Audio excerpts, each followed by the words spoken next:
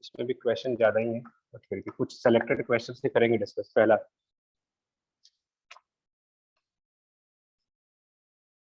Sir heat capacity negative आ रही sir, -3R/4।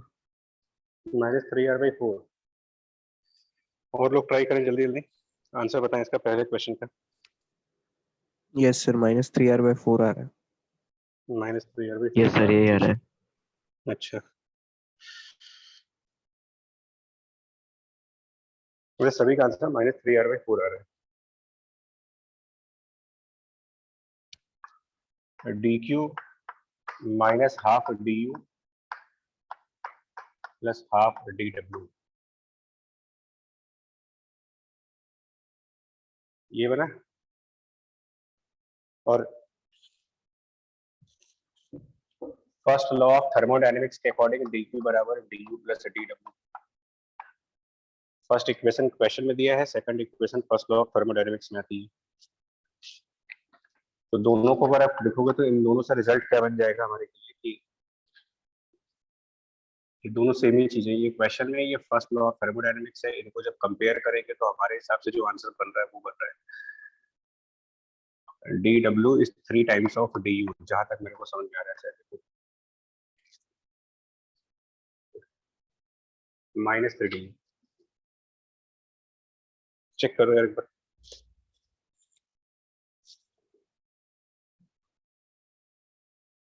ये बन रहा नहीं बनना, बोलो फटाफट। dw बराबर -3 du इन दोनों इक्वेशन से बन रहा है सर। तो इससे dq क्या बन जाएगा फिर इसके हिसाब से dq dw अगर -3 du है तो dq बराबर इसमें फर्स्ट लॉ का यूज कर ले अगर तो -2 du and du is always nRF/2 into dt और dq इज nc dt। यहाँ से आप c की वैल्यू निकाल सकते हो, c की वैल्यू -RF और डायटोमिक गैस है, f की वैल्यू 5 हो जाएगी, तो मोलर हीट कैपेसिटी इसका -5 बार आंसर है। मोलर हीट कैपेसिटी -5 बार। सर इसको हम लोग ऐसे भी तो कर सकते हैं सर, dq है सर तो उसको nc/dt लिख दिया और फिर du को nCV/dt और dw को nR/dt। dw nR/dt नहीं होता है, dw को nR/dt तभी लिख सकते हैं जब प्रोसेस आइसोबारिक। Okay sir. हाँ, वो मिस्टेक हो रही है। एक्चुअली हम लोग du के फॉर्म में इसलिए लेते हैं बिकॉज du का फॉर्मूला सभी थर्मोडायनेमिक प्रोसेस के लिए सेम है। du for every process nRF/2 dt है। तो ट्राई किया करो du के फॉर्म में आंसर लाने का।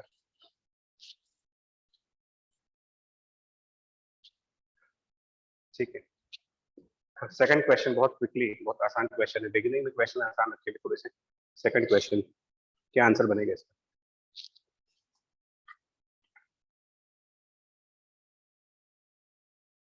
सर 3/4।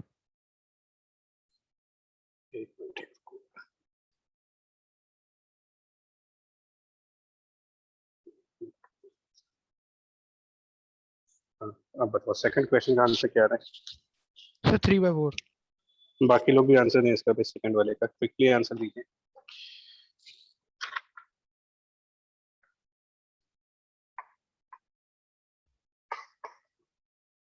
आंसर देने में क्यों डर रहे हो भाई? यहाँ पर आंसर देने में क्यों डर रहे हो?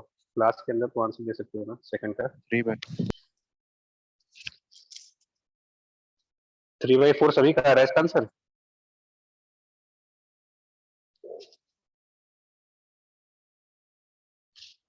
Yes sir.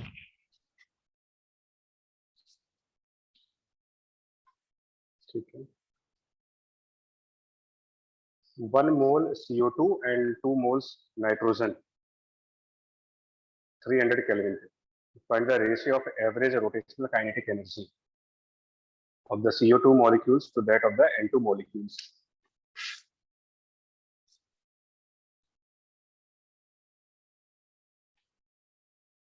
कौन सा लॉजिक लगा रहे हो आप लोग इसमें? Sir kinetic Rotational energy CO2 को सर सर ट्राइमोलिकुलर 3/2 होगा। kT हो जाएगा और और सर सर उसके हिसाब से उसमें मतलब 3 डिग्री होंगी sir rotation. CO2 linear polyatomic होता है CO2। CO2 non linear atom में नहीं आता है, इसका मेरे ख्याल से लीनियर स्ट्रक्चर बनता है। सर आंसर 1:1 आएगा। नहीं, देखिए आप पहले तो ये बताओ ना कि रोटेशनल डिग्री ऑफ फ्रीडम होती कितनी है। उसके लिए किसी डायटॉमिक के रोटेशनल डिग्री ऑफ फ्रीडम बताएं पहले कितनी होती है। 2। अच्छा ठीक है, तो डाया के लिए 2 होती है। और अगर लीनियर पॉलीएटॉमिक गैस है तो लीनियर पॉलीएटॉमिक, इसका भी 2 होता है, बिकॉज लीनियर पॉलीएटॉमिक और डायटॉमिक सेम ही, दोनों के सेम डिग्री ऑफ फ्रीडम बोले जाते हैं 2। तो डिग्री ऑफ फ्रीडम सेम है, और ये कहा जाता है कि for every degree of freedom जो एनर्जी होती है वो half k into T, equi partition of energy for every of degree of freedom it is half kT।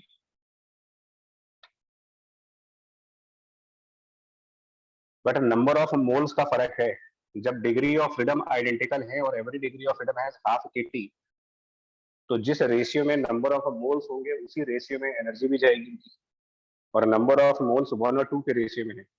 CO2 का 1 मोल है और नाइट्रोजन के 2 मोल है, तो आंसर इज 1:2।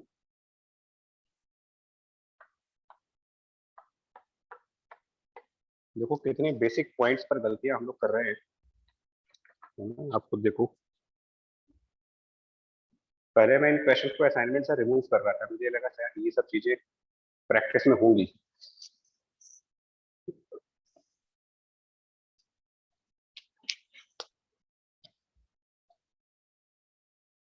थर्ड, ये भी बहुत एलिमेंट्री sir. क्वेश्चन है। सर 8 पाई है KT नॉट और सर B का 12 पाई है KT नॉट।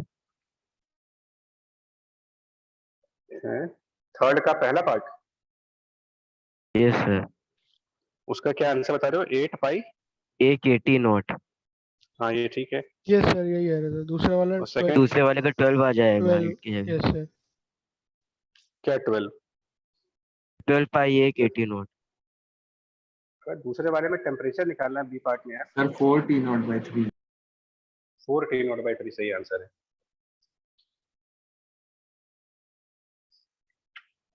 आंसर्स तो मैं अभी भेजूंगा आपको, वैसे भी मतलब आंसर जो अगर वेरीफाई करना चाह रहे हो तो आंसर भेजेंगे। आप ये बताओ थर्ड क्वेश्चन करना है डिस्कस, क्वेश्चन पढ़ करके, या फिर इसको नहीं ऐसे ही कर? हो गया सर। ठीक है, इन केस किसी को लगे तो मैं डिस्कस कर सकते हो। फोर्थ क्वेश्चन मैं अभी आंसर विद सोल्यूशन भेज दूंगा इसका। फोर्थ, डायरेक्ट असाइनमेंट के साथ सोल्यूशन नहीं भेजते हैं, क्योंकि उसमें फिर क्या होता है, एक बार में क्वेश्चन नहीं आया तुरंत सोल्यूशन देख लोगे। ऐसे क्या होता है, कम से कम 2 से 3 बार ट्राई तो करोगे इसे। फोर्थ, किसी ने किया हो तो आंसर बता सकते हो, और नहीं किया तो अभी देख लेते हैं, ऑन द स्पॉट करना है। देखिए क्या मतलब क्या आपको समझ आ रहा है इसमें।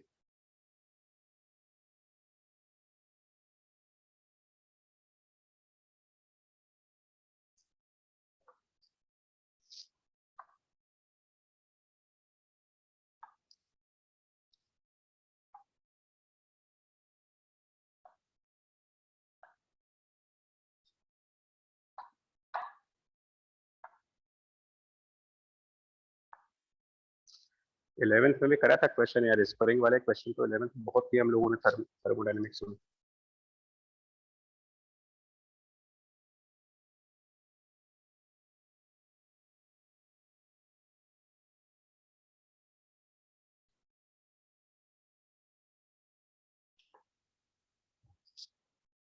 वेट कर रहे हैं भाई आप लोग का, बताओ। सर एक जनरलाइज्ड फार्मूला था सर मोलर हीट कैपेसिटी का, सर उसको यहाँ पे यूज कर सकते हैं? हमें कुछ नहीं, पहले आप जनरलाइज फॉर्मूला कौन सा होता है? सर वो P/N dV/dt प्लस RF/2। हाँ बिल्कुल कर सकते हैं भाई, वो तो फर्स्ट लॉ ऑफ थर्मोडायनेमिक्स है, वो तो यूज करना ही है, उसके बिना कैसे होगा ये क्वेश्चन।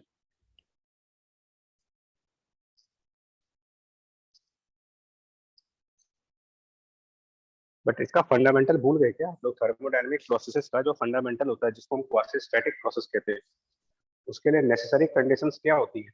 अगर कोई भी क्योंकि फिजिक्स में नॉन क्वासी स्टैटिक प्रोसेस तो वैसे भी नहीं हम लोग डिस्कस कर रहे, तो रिकॉल करो यार, क्वासी-स्टैटिक प्रोसेस में आपसे क्या कहा गया था कि जो गैस की वजह से फोर्स लगता है, मतलब force by the gas which is, वो स्प्रिंग के बराबर हो जाता है फोर्स कांस्टेंट। तो अगर ये गैस की लेंथ x मान लेते हैं और ये टोटल लेंथ l मान लो आप, और क्वेश्चन में एक लाइन लिखी गई है कि जो स्प्रिंग की नॉर्मल लेंथ है वो कितनी है, ध्यान देखिए सर L माइनस एक्स।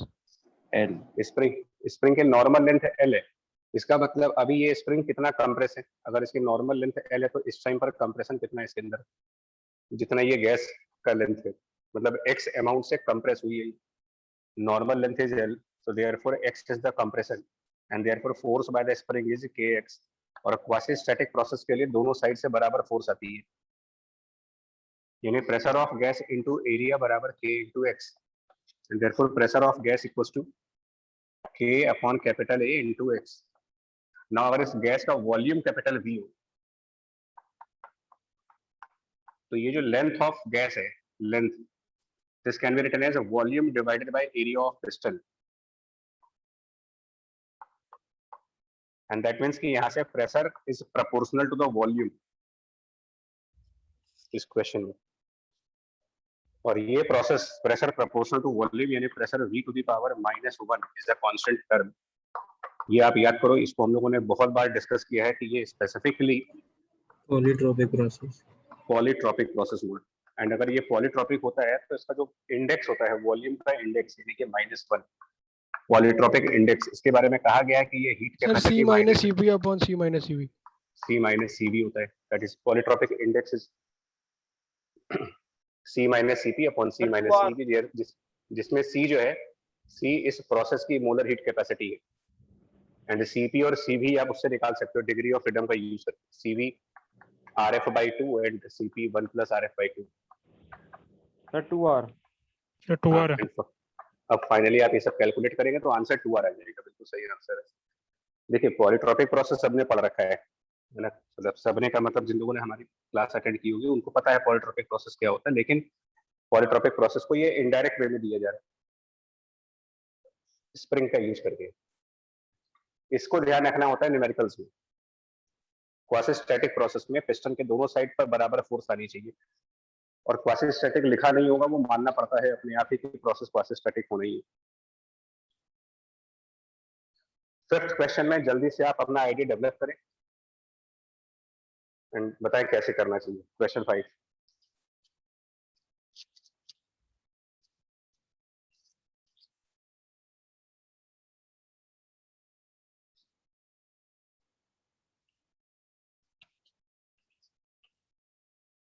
देखो इस प्रेशर में अपने आप को हैबिचुअल बनाइए, इस क्वेश्चन सामने आते ही रिस्पॉन्ड करना है, बिकॉज एग्जामिनेशन हॉल में भी यही सिचुएशन होनी है जो अभी हो रही है।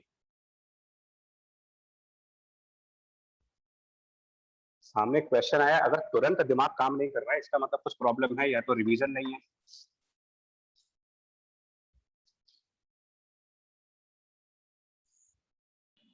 फिर ऐसे कर लेंगे, जब वो लेफ्ट वाला 400 केल्विन पे होगा तो उसको x डिस्टेंस आगे मूव किया होगा इलेक्ट कर लेंगे, और जब राइट वाला 500 पे होगा तो उससे y डिस्टेंस आगे मूव कर लेंगे, तो सर स्प्रिंग का टोटल कंप्रेशन x + y + 1 हो जाएगा। और फिर सर इनिशियली 300 था तो उसको मतलब उससे k की वैल्यू आ जाएगी 300 nr, और फिर आखिर में सर दोनों कंपार्टमेंट के लिए PV = nRT लगा देंगे सर, उससे मतलब इक्वेशन बनेगी, उससे आंसर आएगा। ठीक है, ठीक, यही मैं कह रहा हूँ कि जब तक देखो अगर आपको इंस्टेंट रिएक्शन नहीं आ रही है ना माइंड के अंदर कि मुझे क्वेश्चन में क्या करना है, तो आप ये मत सोचो कि कैसे करोगे। पेपर वाले दिन भी, पेपर वाले दिन में यही हालात होने,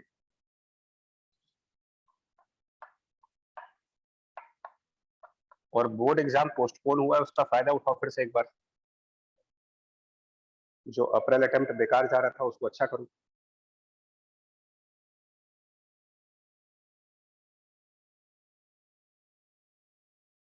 देखिए पहले से ही स्प्रिंग कंप्रेस है, क्वेश्चन की लैंग्वेज पढ़ लो, पहले से ही यहाँ पर कंप्रेशन दिया गया स्प्रिंग में, वो भी 1 मीटर का। टेम्परेचर, एक मिनट यार, left and the right chambers, अच्छा पहले ये टेम्परेचर 300 है, बाद में इनको बढ़ा दिया जाता है, इस तरफ 400 कर दिया, इस तरफ 500 कर दिया। और जो पिस्टन्स हैं वो फ्री टू स्लाइड है। Find the final compression. अभी इन्होंने अपना एक तरीका बताया है, बाकी लोग भी देखें जरा इसको। 1 मिनट का टाइम दे रहे हैं, बिकॉज 1 मिनट के अंदर ये समझ में आ जाता है कि क्वेश्चन कर पाएंगे कि नहीं कर पाएंगे। तो ये आप बताएं।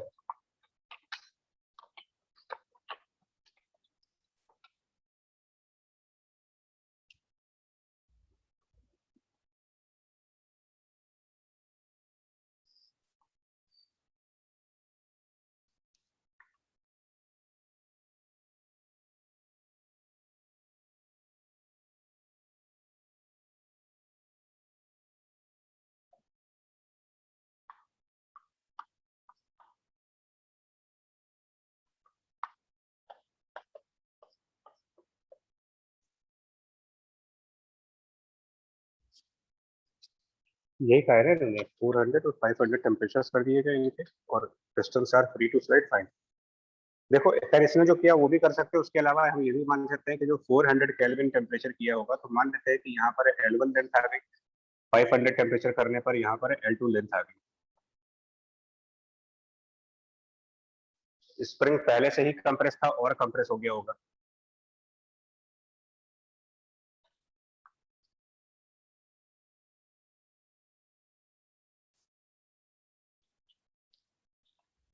और क्या कर सकते हैं इसमें इसके अलावा, जैसे कि यहाँ पर अगर हम मान लें कि ओरिजिनल प्रेशर P0 था, सपोज यहाँ पर भी ओरिजिनल प्रेशर P0 था, यहाँ पर ओरिजिनल टेम्परेचर T0 था, यहाँ पर ओरिजिनल टेम्परेचर T0 था। Now the pressure is P1, temperature is T1, pressure is P2, temperature is T2।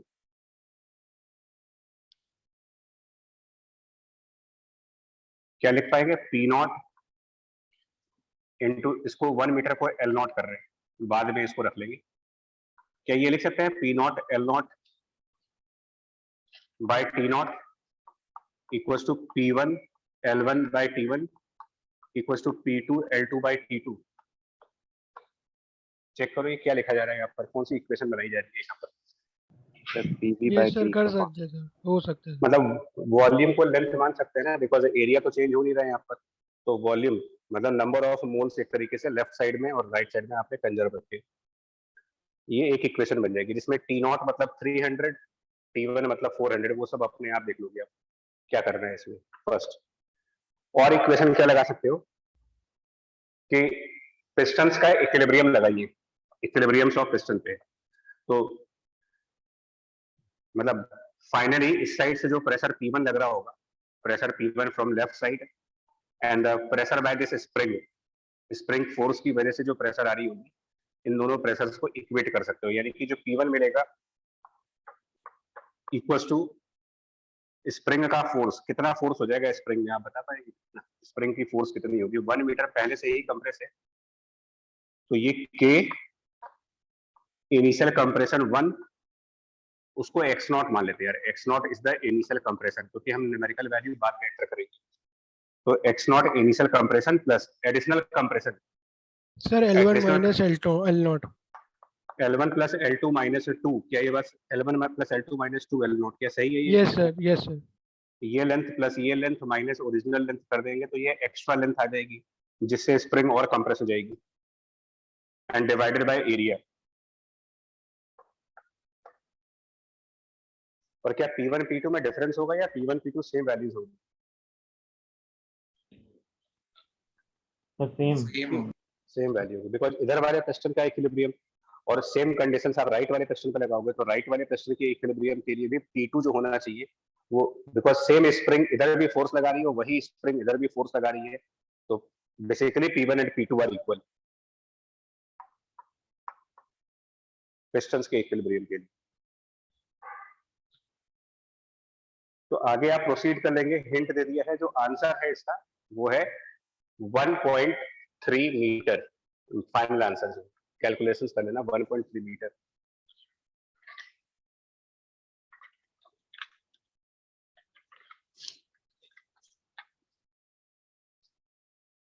ठीक है, मूव करो जल्दी से क्वेश्चन 6 के ऊपर, और आपका टाइम सिर्फ मैक्सिमम 3 मिनट का टाइम रहेगा। 3 मिनट में सॉल्व कर सकते हैं तो करिए, नहीं छोड़ दे।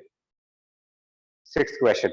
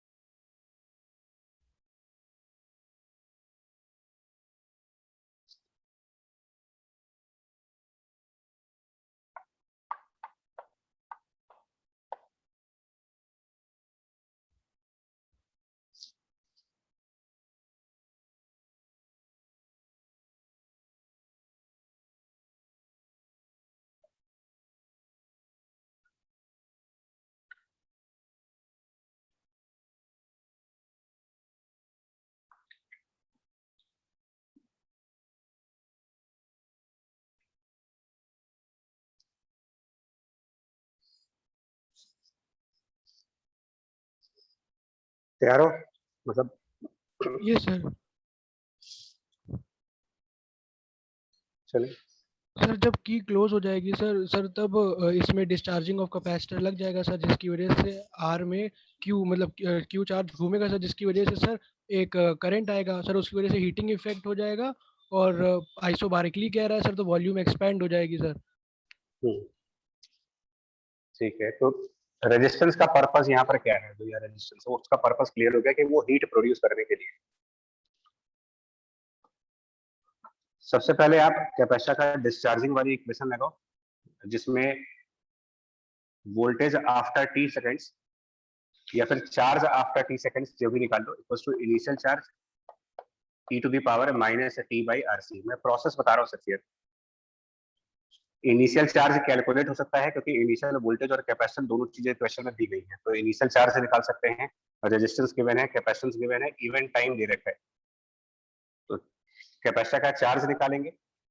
उसके बाद Q square by two C और Q naught square by two C, मतलब कि कैपेसिटर की इनिशियल एनर्जी माइनस कैपेसिटर की फाइनल एनर्जी। यह आरसी सर्किट का कंसेप्ट है कि डिस्चार्जिंग के टाइम पर जो कैपेसिटर का एनर्जी डिक्रीज होता है उतनी ही हीट प्रोड्यूस होती है।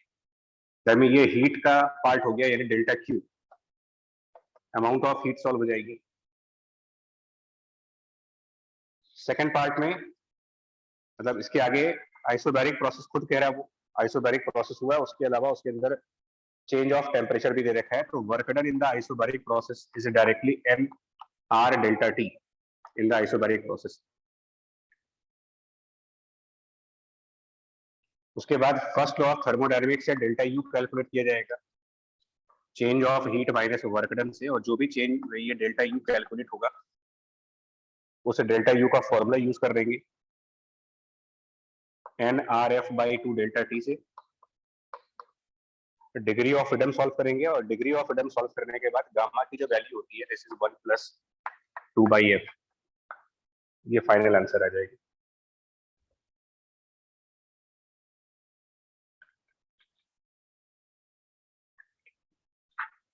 यहाँ तक ठीक है बोले? Yes sir. Right, Yes, sir. चलिए अभी थोड़ा सा जंप कर रहे हैं बिकॉज मॉडल फिजिक्स क्वेश्चन में टाइम टेकिंग क्वेश्चन है, कैलकुलेशन चाहिए, उसके लिए साइंटिफिक कैलकुलेटर चाहिए, उस पर भी आएंगे, बट उसके पहले मूव करो आप क्वेश्चन नंबर 22, थोड़े से क्वेश्चन 22 पे आइए।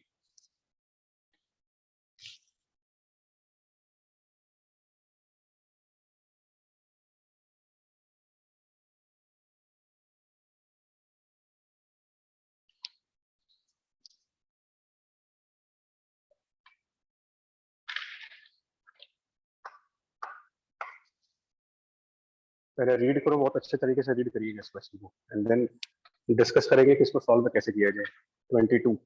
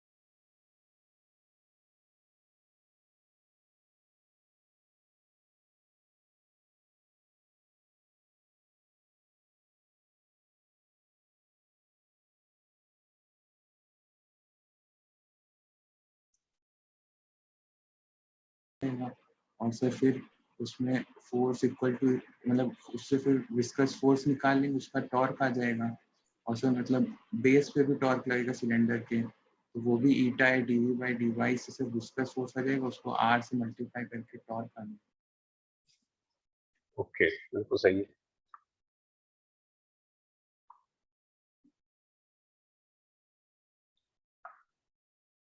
ठीक है, मतलब विस्कोसिटी वाले कंसेप्ट हैं, विस्कस फोर्स वाला कंसेप्ट। तो इसमें जब इसको ओमेगा से रोटेट करा रहे होंगे सिलेंडर को ओमेगा वेलोसिटी से, बाकी जो डायमेंशन है क्वेश्चन में वो बाद में देख लेंगे। इसमें विस्कोसिटी की फोर्स दो जगह पे आएगी। पहला विस्कोसिटी आएगा सिलेंडर के बेस के ऊपर और दूसरी विस्कोसिटी की फोर्स आएगी सिलेंडर की कर्व्ड सरफेस के ऊपर। तो पहले बेस वाले की बात करो आप। बेस वाले पे जो विस्कोसिटी की फोर्स आएगी वो कितनी होगी, उसको कैसे कैलकुलेट करें। तो इसकी हम एक सेपरेट वर्किंग दिखा रहे हैं यार, इसको हम सेपरेटली कैसे करेंगे। तो पहले बेस वाले का एक मैग्नीफाइड व्यू देखते हैं। जो बेस है वो ओमेगा वेलोसिटी से रोटेट कर रहा है और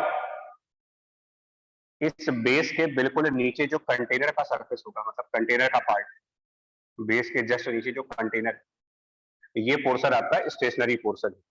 मतलब इसके जस्ट नीचे जाएंगे अगर यहां से यहां तक, तो ये हमारा स्टेशनरी पार्ट हो गया, ये रेस्ट पे है और ये वाला आपका रोटेट कर रहा है ओमेगा वेलोसिटी से। कितना सेपरेशन है इन दोनों के बीच में, between the base of cylinder and the container portion, इन दोनों के बीच में डिस्टेंस। H1 तो आप लोग बताओ, असाइनमेंट दूर रखिए मुझसे, कितना है ये हाइट भी होगी सर H1। H1। अब विस्कोसिटी की जब फोर्स आएगी तो उसमें इसका एक एग्जांपल भी हमारा क्लास 11 में है वैसे। उसमें ये कहा गया था कि आप सेंटर से कुछ सेंटर से स्मॉल आर डिस्टेंस पर एक लेयर चूज करें, मतलब एक डिफरेंशियल पोर्शन इसका स्मॉल आर डिस्टेंस पे एंड देन dr का, और वैसा ही एक रिंग नीचे वाले सरफेस पर ले लें, एक रिंग ऊपर एक रिंग नीचे। तो जो ये ऊपर वाले रिंग होगी जिसको हम dr कह रहे हैं, dr विड्थ की ऊपर वाले रिंग, इसकी लीनियर वेलोसिटी, इस ऊपर वाले dr की लीनियर वेलोसिटी लिखी जाएगी r इंटू ओमेगा। और इस रिंग के नीचे जो एक रिंग आएगी बेस के ऊपर, एंड ऑब्वियसली जो रिंग बेस पर होगी उसमें जीरो वेलोसिटी आएगी। तो वेलोसिटी ग्रेडियंट, मतलब यहां से और यहां के बीच का वेलोसिटी ग्रेडियंट, जो difference in the velocity divided by separation, r omega minus 0 upon h1। So r omega minus 0 divided by h1 velocity gradient, उसको मल्टीप्लाई करते हैं कोएफिशिएंट ऑफ विस्कोसिटी से एंड एरिया से। तो area of this dr portion रखेंगे, area of dr portion है 2 पाई r dr। इतना part पहले समझो तो आगे बताएं। फॉर्मूला कौन सा लगाया है, विस्कस फोर्स वाला formula, eta into area into dv by dy, velocity gradient. याद है ये चीज? जी सर आ गया है। Yes sir. इतनी विस्कस फोर्स इस डिफरेंशियल रिंग पे लगेगी। इस डिफरेंशियल रिंग पे लगने वाली विस्कस फोर्स है ये, और इस विस्कस फोर्स का एक्सिस के अबाउट एक टॉर्क भी आएगा। जो ये विस्कोसिटी की फोर्स डिफरेंशियल रिंग पे लगेगी वो एक्सिस से स्मॉल आर डिस्टेंस पे है, तो that viscosity force into the distance from axis यानी कि स्मॉल आर, इसमें और मल्टीप्लाई करें, ये इस विस्कस फोर्स की टॉर्क आएगी। और पूरे डिस्क पर, मतलब कि पूरे बेस पर जो टॉर्क बनेगा वो, इसको आप इंटीग्रेट करोगे from 0 to capital R, total torque निकालने के लिए। विस्कस फोर्स की टोटल टॉर्क जो बेस पे लगेगी,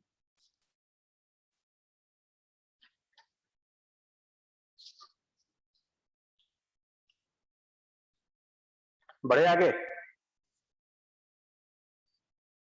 यस सर।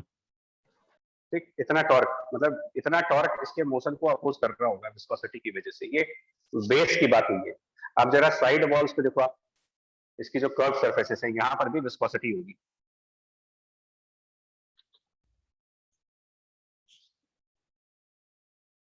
हटाए यार इसको, ये नोट कर चुके तो ये yes sir yes sir yes sir. Okay. Now side walls के लिए क्या होगा, देखिए साइड वॉल्स में यहां पर और यहां पर ये दो सरफेसेस देखो आप, ये वाला सरफेस ओमेगा से रोटेट कर रहा है, ये वाला सरफेस रेस्ट पे। सिलेंडर की कर्व सरफेस ओमेगा से रोटेट करेगी, कंटेनर की कर्व सरफेस स्टेशनरी होगी। अब यहां पर भी आपको टॉर्क कैलकुलेट करना होगा। इसको भी थोड़ा सा कोशिश करते हैं विद डायग्राम समझाने के लिए। जो सिलेंडर की कर्व सरफेस है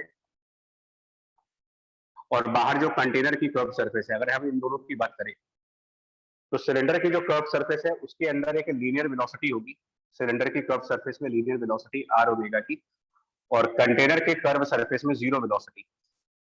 और क्या डिस्टेंस है इन दोनों के बीच में, अगर यहाँ पर डिस्टेंस देखा जाए between the cylinder surface and the curve surface, sir ये भी आर है।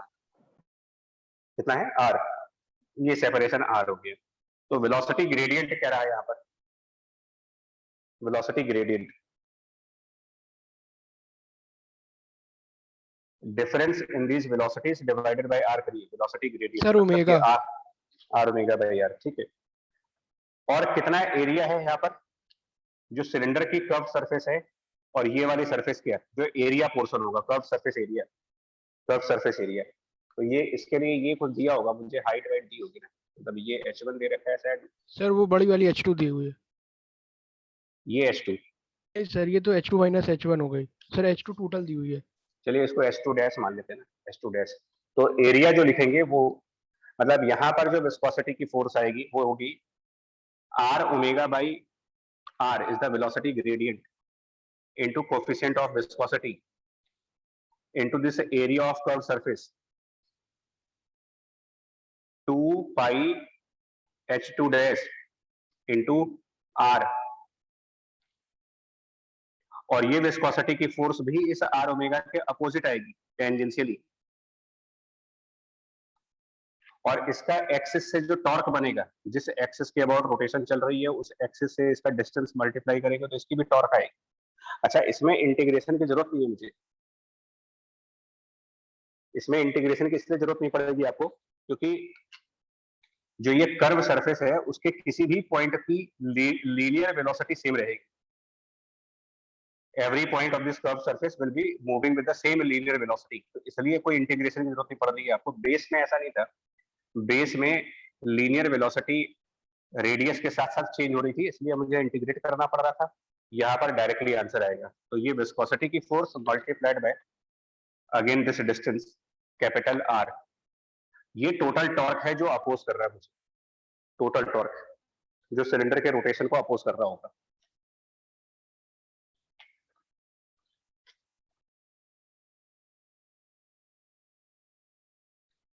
तो अगला आंसर मेरे ख्याल से मिल जाएगा ना, आप कितना टॉर्क लगाना पड़ेगा। अगर इतना टॉर्क विस्कस फोर्स की वजह से सिलेंडर के मोशन को अपोज कर रहा है तो हमें इसी को काउंटर बैलेंस करने के लिए टॉर्क चाहिए, यानी external torque equal to this value.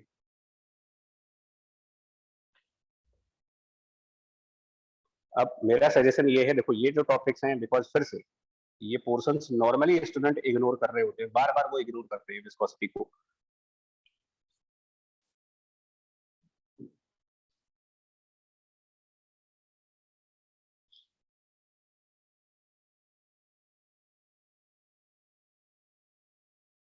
बोले yes sir.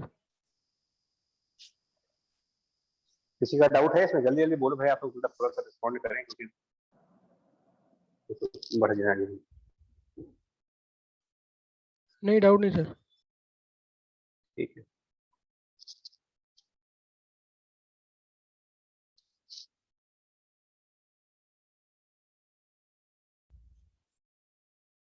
Twentieth question, question 20।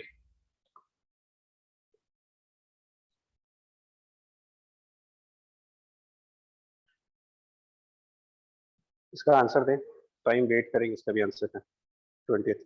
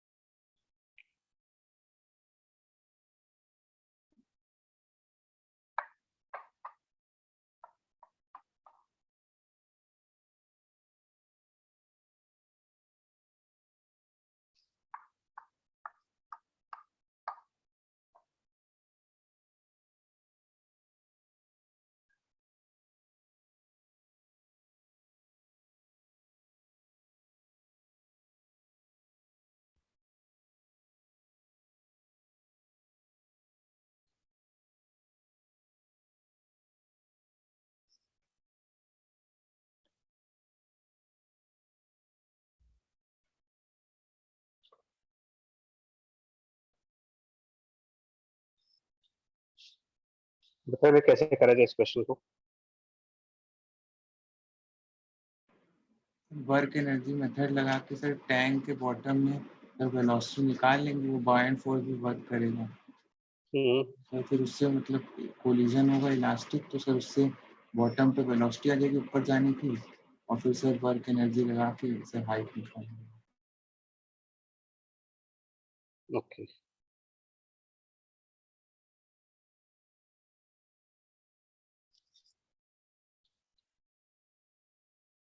क्या इतना मेहनत करने की जरूरत है यार, वैसे बताओ।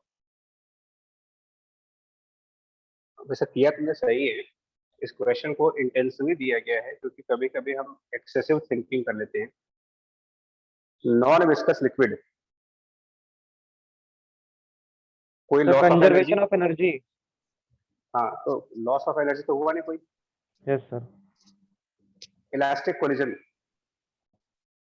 तो इसमें भी कोई लॉस नहीं होगा। तो सेम हाइट तक जाएंगे। बस खत्म हो गया।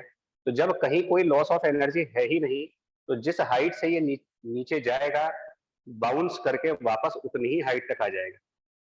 इसको सॉल्व नहीं करना था, इसका आंसर 40 मीटर ही देना है। इसमें हम जबरदस्ती अपना टाइम खराब करें, क्या मतलब है। मतलब सिंपली एनर्जी कंजर्वेशन में इस तरफ आपका दिमाग लेके जाना चाहता हूँ कि नॉन विस्कस लिक्विड के अंदर कंजर्वेशन ऑफ एनर्जी होल्ड करता है। तो कोई मतलब नहीं है कि हम पहले ये सॉल्व करें कि यहाँ पर क्या वेलोसिटी आएगी, फिर यहाँ पर क्या वेलोसिटी आएगी, फिर कोलिजन के बाद क्या होगा। तो थोड़ा सा स्मार्ट थिंकिंग लाइए, डायरेक्टली आंसर आ जाएगा।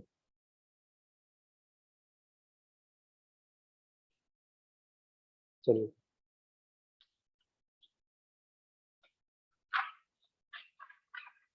ट्वेंटी फाइव मूव करो फटाफट, 25 पर।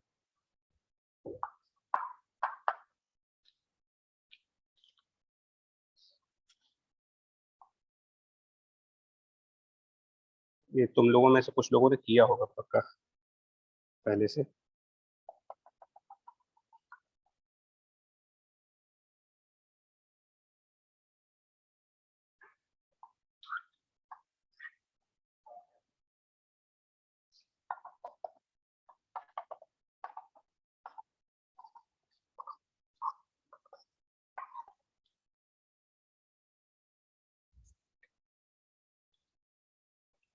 बताओ, देखिए इसको भी क्या करते हैं, कैसे होगा।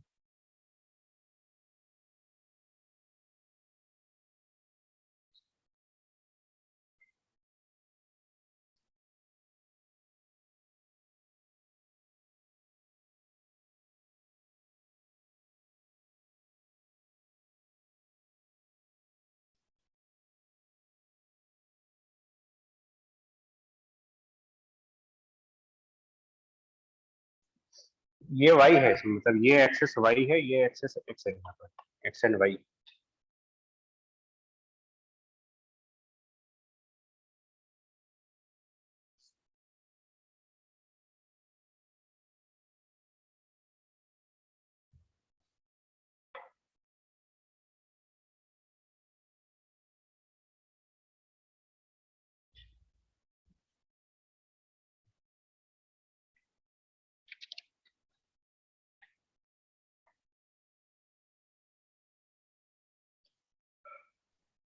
सर अगर कांस्टेंट रेट से आ रही है सर, तो जो होल पे फोर्स लगेगी दोनों तरफ से सर, वो इक्वल होनी चाहिए।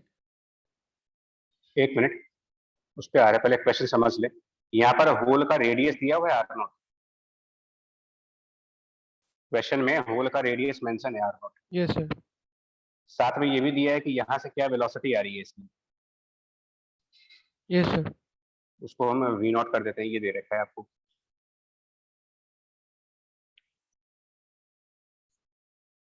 हाँ, 4 सेंटीमीटर एवरी आवर, और वो 2 मिलीमीटर का रेडियस दे रखा है।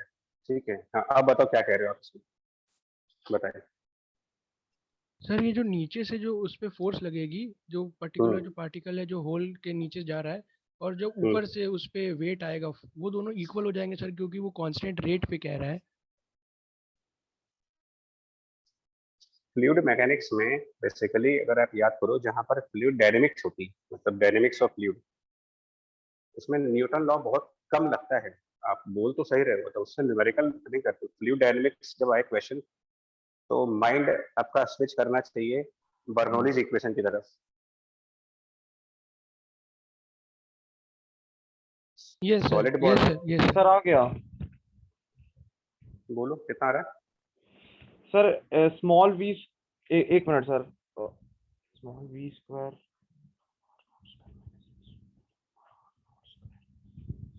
ध्यान रखना है फ्लूइड डायनेमिक्स में हमेशा जब भी क्वेश्चन सामने फ्लूइड डायनेमिक्स लिखा हो ना, मतलब पढ़ करके लेंगे, तो आप ट्राई करना कि इसको हम बर्नौली की हेल्प से कर सकते हैं कि नहीं।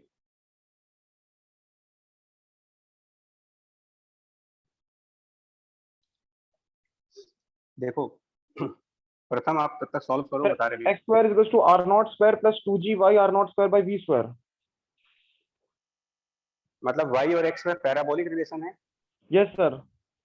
ओके ठीक है, चेक करते हैं इसको। देखो अगर हम जो ड्रेन होल है, ड्रेन होल इससे y डिस्टेंस ऊपर, ड्रेन होल से y डिस्टेंस ऊपर जाए और वहां पर इसका रेडियस जो जार है उसके रेडियस को x मान लेते हैं, y डिस्टेंस ऊपर और रेडियस x, और this point 1 and the drain point 2, point 1 and point 2 पे इक्वेशन ऑफ कंटिन्यूटी लगाएं। फ्लूइड डायनेमिक्स में दो ही चीजें लगाई जाती है, या तो इक्वेशन ऑफ कंटिन्यूटी या फिर Bernoulli's equation.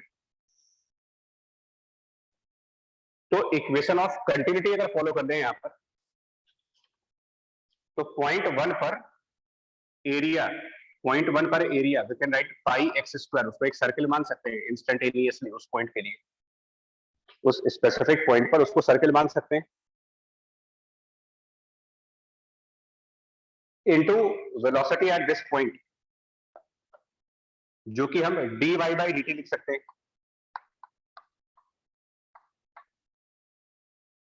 With negative sign.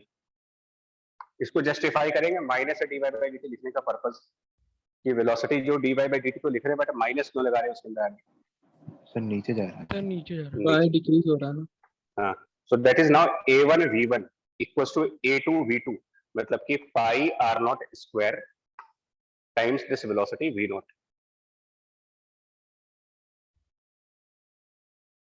Clear? Yes. ठीक है,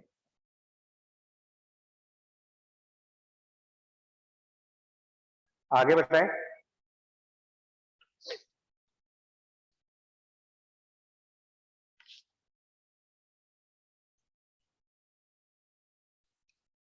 वी नॉट क्या लिख सकते हैं?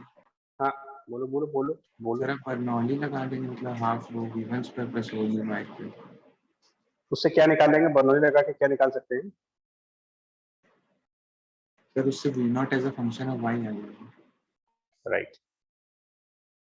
आपको यहाँ जो प्रेशर में 4 सेंटीमीटर एवरी आवर दे रखा है डायग्राम में, मतलब ये फोर्थ लाइन में ऊपर से चौथी लाइन पढ़ो, वो 4 सेंटीमीटर एवरी आवर में क्या चीजें नीचे आ रही है, किसकी वेलोसिटी दी गई है वो?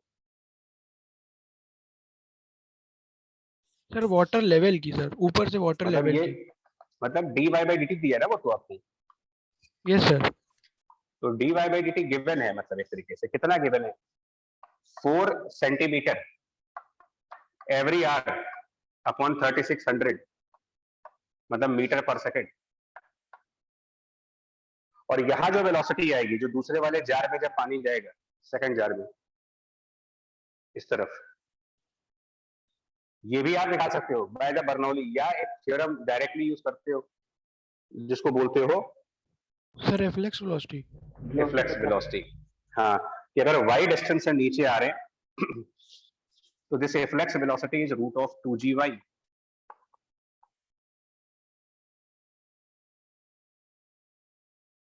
तो इसको अभी जरा रख के देखते हैं क्या बनता है यार, एक तरीके से ना y, और y हम निकाल सकते हैं बिकॉज y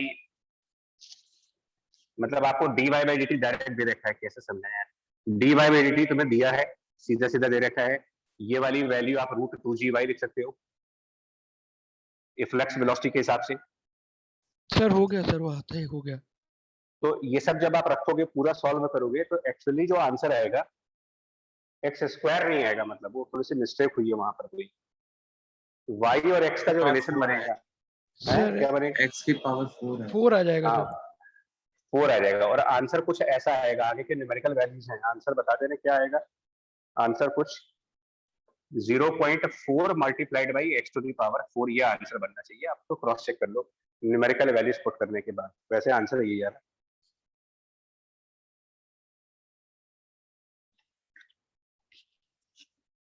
दो फ्लूइड डायनेमिक्स वाले क्वेश्चंस में हमेशा ध्यान रखो आपसे, जबरदस्ती उसमें न्यूटन लॉ, मोमेंटम, ये सब घुस करके ना फालतू न्यूमेरिकल को टफ नहीं करना है।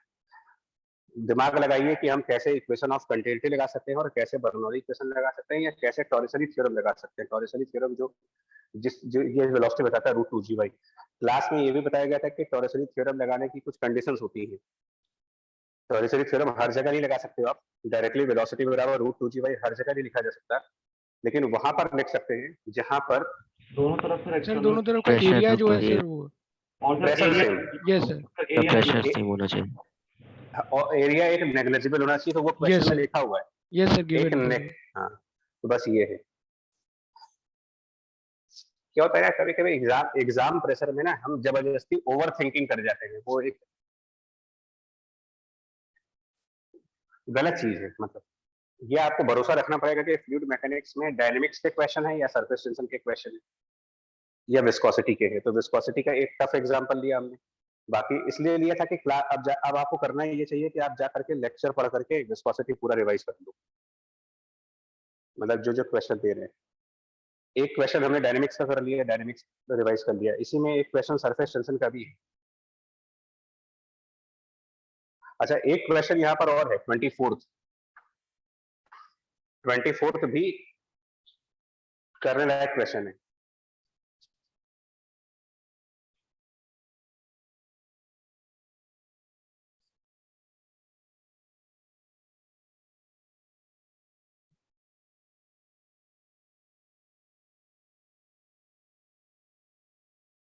ट्वेंटी फोर्थ में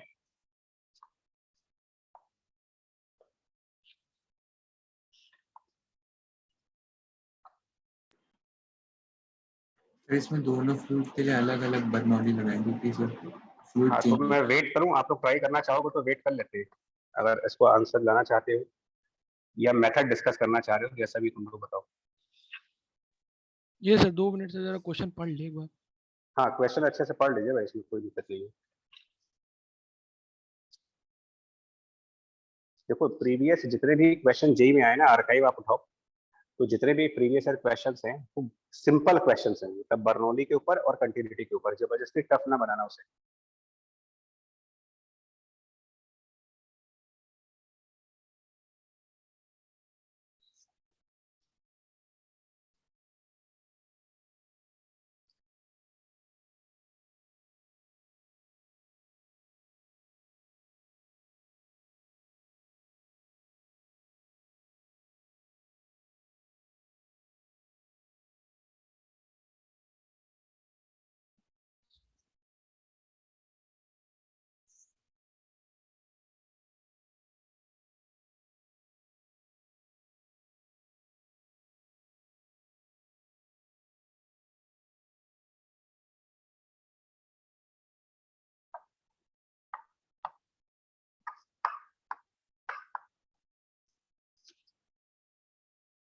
एक बार बताओ, क्या Yes, यहाँ टॉरिसरी थ्योरम लगा सकते हैं क्या कि वेलोसिटी की वैल्यू √2gh आएगी?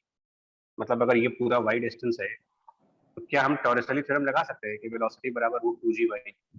No sir. नहीं, गलत है। इसीलिए बोल रहा हूँ टॉरिसरी थ्योरम को बहुत अच्छे से पढ़ना होता है कि टॉरिसरी थ्योरम कब लगा सकते हैं। देखिए भले यहाँ और यहाँ पर प्रेशर से सेम है, लेकिन बीच में लिक्विड की डेंसिटी का वेरिएशन है, टॉरिसरी थ्योरम नहीं काम करती है। बट टॉरिसरी थ्योरम बर्नौली का ही कंसीक्वेंस है ना, बट टॉरिसरी थ्योरम कोई अलग से तो आई नहीं है, और बर्नौलीज आप हर जगह लगा सकते हो। दूसरा question, can we apply the Bernoulli principle at this point number 1 and this point number 2? No sir, ये भी नहीं लगा सकते। सर डायरेक्टली नहीं लगा सकते सर। बर्नौलीज थ्योरम जो जिन दो पॉइंट्स पर लगाना होता है वो सेम लिक्विड के होने चाहिए। पॉइंट नंबर 2 जो है वो ज्यादा डेंसिटी वाला लिक्विड है और पॉइंट नंबर 1 कम डेंसिटी वाला लिक्विड है। Invalid pair of a point for the Bernoulli principle. मैं ये गलतियां बता रहा हूँ कि गलतियां, ये सब गलतियां ना होनी चाहिए। हाँ, क्या मैं यहाँ पर अगर कोई पॉइंट नंबर 3 चूज कर लूँ तो पॉइंट नंबर 3 और पॉइंट नंबर 2 यहाँ पर बर्नौली लगा सकते हैं 3 एंड 2 के बीच में? Yes sir. इसका आंसर ये लगा सकते हैं। और इन क्वेश्चंस में हम ज्यादातर केसेस में ये मानते हैं कि ये जो पॉइंट नंबर 3 नीचे आएगा ये लगभग जीरो वेलोसिटी से आते हैं। तो बर्नौली प्रिंसिपल के हिसाब से pressure at point number 3, Bernoulli between 3 and 2 लगाइए, तो प्रेशर एट पॉइंट नंबर 3, अब पॉइंट नंबर 3 का जो प्रेशर होगा वो पॉइंट नंबर 1 वाला pressure plus rho G H, P plus rho G H, मतलब density into h/2 into G, pressure at point number 3, plus half rho we square, velocity को zero माना गया है, प्लस इसको रेफरेंस मान लेते हैं तो यहां पर पोटेंशियल एनर्जी जीरो हो जाएगी। पॉइंट नंबर 2 पे गए, half rho we square, density वहां 2d है, हाफ, बिकॉज जो लिक्विड एफ्लक्स करेगा वो 2d डेंसिटी का होगा। रेफरेंस से वो कितना नीचे है ये डिस्टेंस निकाल लेते हैं तो पोटेंशियल एनर्जी लिख सकते हैं उसकी, तो minus density into gravity into below the reference line, capital h/2 minus small h, और प्लस यहाँ का pressure, atmospheric pressure P not. Bernoulli equation लिखने की जरूरत तो नहीं है कि वो भी लिखूंगा कि क्या होता है वो, ये सब तो आइडिया है। बोलो यस निकालिए, इससे वेलोसिटी की वैल्यू निकाल के, इसके आगे नहीं बताएंगे, बस इतना ही बताएंगे। इसके आगे जो पार्ट है रेंज निकालने का वो अपने आप ट्राई करो, काइनेमेटिक्स लगा करके कि कितना डिस्टेंस आएगा, क्या टाइम ऑफ फ्लाइट आएगी, मुझे उसका आंसर दे दें, वो वेट कर रहा हूं मैं कि उसका आंसर मैक्सिमम रेंज की कंडीशन क्या बनेगी यहाँ पर, कंडीशन ऑफ मैक्सिमम रेंज। ये भी क्वेश्चन इसलिए दिया है क्योंकि जब हम लोग क्लास में पढ़ा रहे होते हैं तो क्लास में, याद करें, क्लास में एक लेक्चर जब दिया जाता है तो ये कहा जाता है कि जो मैक्सिमम रेंज आती है वो तब आती है, जैसे कोई कंटेनर है मान लें, और सपोज उस कंटेनर को हमने किसी स्टैंड पे रखा है, एक स्टैंड है उसके ऊपर हमने कंटेनर रखा है, स्टैंड की हाइट h स्टैंड है और कंटेनर में जो लिक्विड है उसकी height h liquid, height of liquid, height of stand.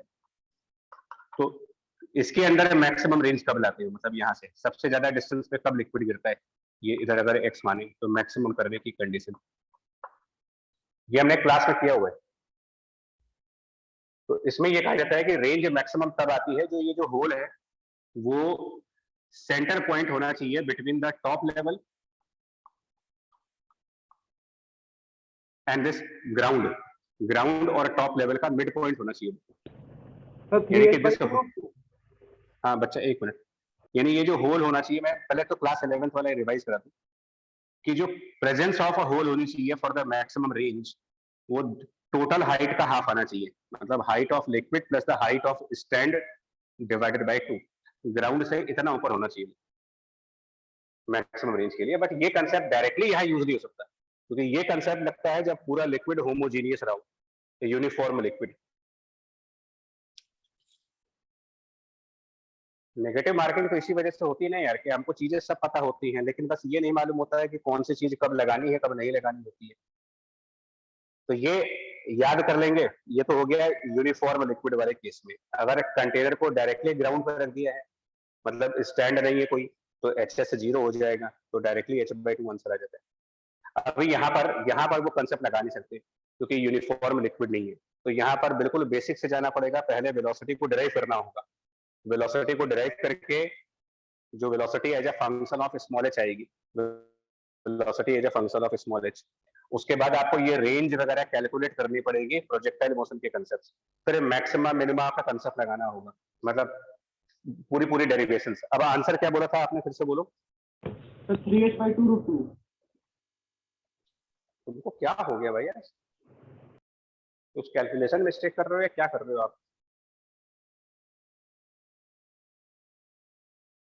मेरा लगता है तुमसे एग्जाम में भी यही काम हो रहा है मेरे ख्याल से, पीछे मेंस में भी तुम्हारे साथ ऐसी गलतियां हुई हैं इस सब कुछ वर्किंग सही करने के बाद क्यों गलत हो रहा है ये सब? सर 3h चलिए बाकी 3h/4। 4, हाँ ये आंसर सही है। 3h/4 सही है। Small h equal to 3h/4 पर मैक्सिमम रेंज आएगी। तो पहले वेलोसिटी निकालोगे, फिर प्रोजेक्टाइल वाला कंसेप्ट लगा करके आपको ये रेंज फाइंड आउट करना होगा, फिर रेंज का मैक्सिमम मिनिमा करना होगा, मतलब कि dr/dh को 0 करना होगा। उसके बाद जो आंसर है वो 3H/4, मतलब 3/4 ऑफ कैपिटल H। सर लेकिन क्वेश्चन में दिया है कि h is less than h/2। वो केवल इस क्वेश्चन केवल फर्स्ट पार्ट के लिए दिया है। फर्स्ट पार्ट के लिए उसका पर्पस जानते हो क्या है? Small h less than h/2 का पर्पस क्या है? वो इसलिए दिया गया है, वो ये बताना चाह रहे हैं कि ये जो होल है वो नीचे वाले लिक्विड में है। हाँ सर, ताकि स्मॉल h पहले वाला लगा लेस दें। देन h/2 बोलने का मतलब है कि जो होल किया है वो बॉटम साइड पर किया है। अगर मोर देन h/2 होता तो यहाँ पे होल होता, तो बर्नौली प्रिंसिपल अलग तरीके से लग रहा होता।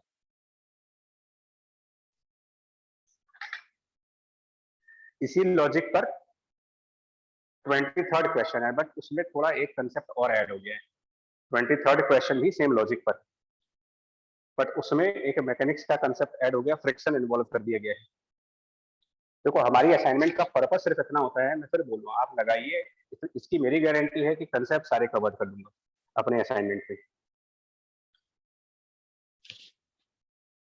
जिन कंसेप्ट पर जेईई एडवांस पेपर बनते हैं वो सारे कंसेप्ट रिवाइज हो जाएंगे अपने। 23rd question, combined application of fluid mechanics and normal mechanics.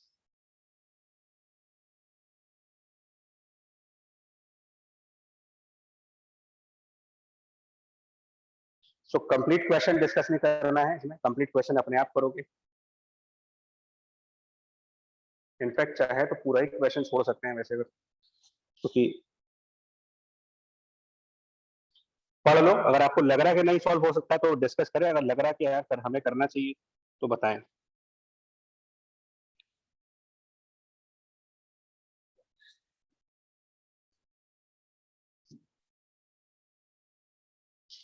पहला वाला पार्ट ऐसे ही कर लेंगे जैसे यहाँ पर किया है, यस सर।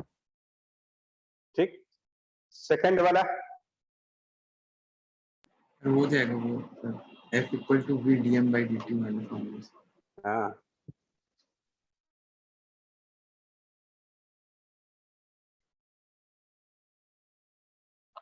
इसका भी कंसेप्ट था यार 11th में, रिक्वायल थ्रस्ट वाला कंसेप्ट, कि जब लिक्विड बाहर निकलता है तो वो एक रिक्वायल की फोर्स लगाता है। अगर v वेलोसिटी से ये बाहर निकले तो एक रिक्वायल फोर्स आती है बैकवर्ड, और उसका फॉर्मूला होता है this velocity v multiplied by rate of change of mass of liquid dm/dt। तो अगर हम स्मूथ सरफेस पे हैं तो इस फोर्स के अपोजिट आपको एक फोर्स लगानी पड़ेगी एक्सटर्नली, ताकि ये कंटेनर मूव ना करे, अदरवाइज कंटेनर मूव कर जाएगा। उसके ऊपर भी क्वेश्चन है, इसके ऊपर भी क्वेश्चन है कि सपोज अगर एक्सटर्नल फोर्स नहीं लगाते हैं और स्मूथ सरफेस होगा तो क्या रिजल्ट बनेगा। ऑब्वियसली अगर एक्सटर्नल फोर्स नहीं लगाओगे, लिक्विड बाहर जाएगा, रिकॉइल लगेगी, कंटेनर बैकवर्ड मूव करेगा। तो उसके ऊपर भी क्वेश्चन पूछ सकता हूँ कि कुछ टाइम के बाद कंटेनर में क्या वेलोसिटी होगी और ये सब।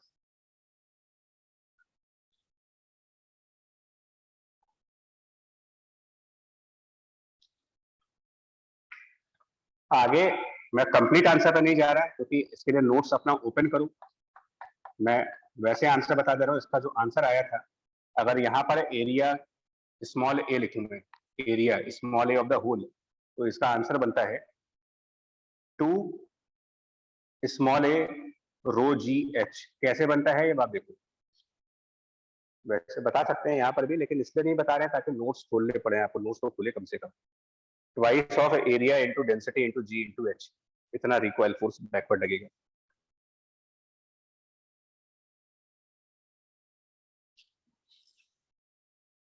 और इसी को थर्ड पार्ट में यूज करना है।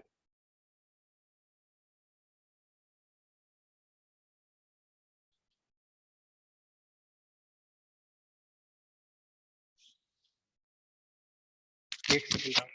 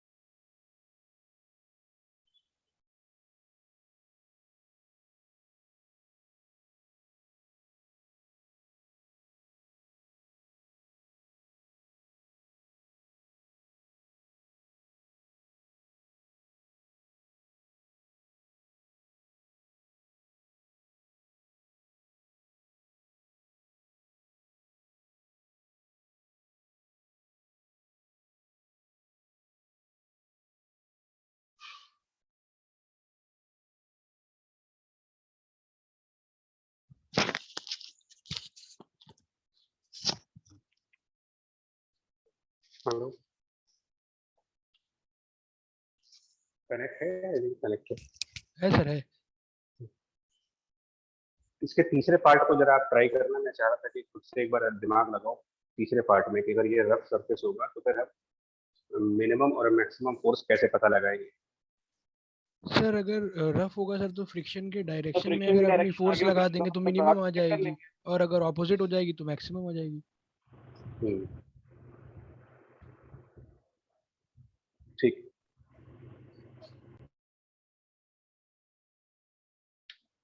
ठीक है, ठीक है। मैं फिर बोल रहा हूँ जो कलेक्शन ऑफ प्रॉब्लम असाइनमेंट में है ना, वो हो सकता है तो कुछ क्वेश्चन आपके किए हो कुछ ना किए हो, बट पर्पज इंटेंशन इसका ये था कि फ्लूइड मैकेनिक्स में जो जो कंसेप्ट्स हैं, जो जो चीजें हैं, वो एक बार वापस फ्लैशबैक हो जाए, दिमाग में आ जाए कि क्या क्या पढ़ा था हम लोगों ने। और इसी से बढ़िया 19 बहुत अच्छा क्वेश्चन है, based on the surface tension, बढ़िया क्वेश्चन है 19th वाला। 20th वाला भी मतलब ट्राई करो आप इसको, मैं ये कह रहा हूँ कि ट्राई करें। और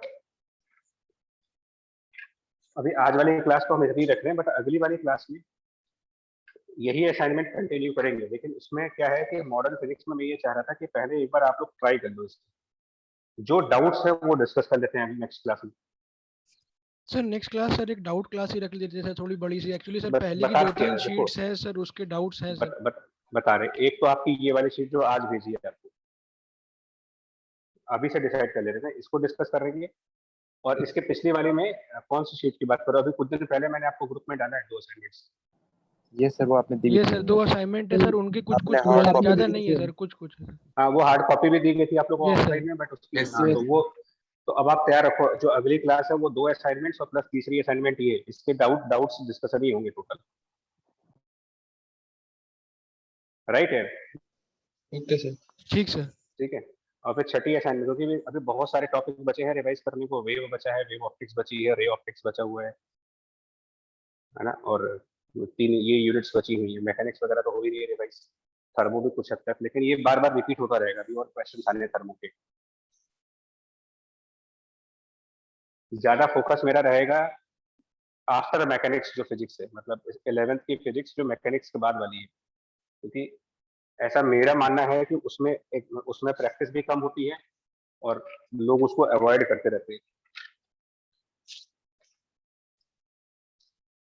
और जो मार्केट में बुक्स हैं वो भी उसके ऊपर कम क्वेश्चन देते हैं।